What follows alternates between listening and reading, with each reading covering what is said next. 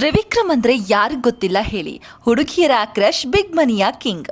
ಒಟ್ನಲ್ಲಿ ತ್ರಿವಿಕ್ರಮ್ ಅಂದ್ರೆ ಎಲ್ಲರಿಗೂ ಕೂಡ ಸೂಪರ್ ಹೀರೋ ಆಗಿದ್ದಾರೆ. ಇವರು ಭವ್ಯಾಗೆ ಲವ್ ಯು ಅಂದಿದ್ ನೋಡಿ ಎಲ್ಲರೂ ಕೂಡ ಇವರಿಬ್ರು ಲವರ್ಸ್ ಅಂತ ಹೇಳ್ತಿದ್ರು.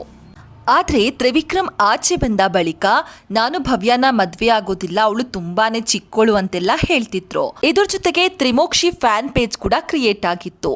ಇವೆಲ್ಲದರ ಮಧ್ಯೆ ತ್ರಿವಿಕ್ರಮ್ಗೆ ಈ ಹಿಂದೆ ಗರ್ಲ್ ಫ್ರೆಂಡ್ ಇದ್ರಾ ಅಥವಾ ಈಗ ಇದ್ದಾರಾ, ಇವೆಲ್ಲ ಪ್ರಶ್ನೆಗಳನ್ನು ಅವರ ಅಭಿಮಾನಿಗಳು ಕೇಳ್ತಾ ಇದ್ರು. ಅಭಿಮಾನಿಗಳಲ್ಲಿ ಆ ಪ್ರಶ್ನೆ ಕೂಡ ಕಾಡ್ತಿತ್ತು.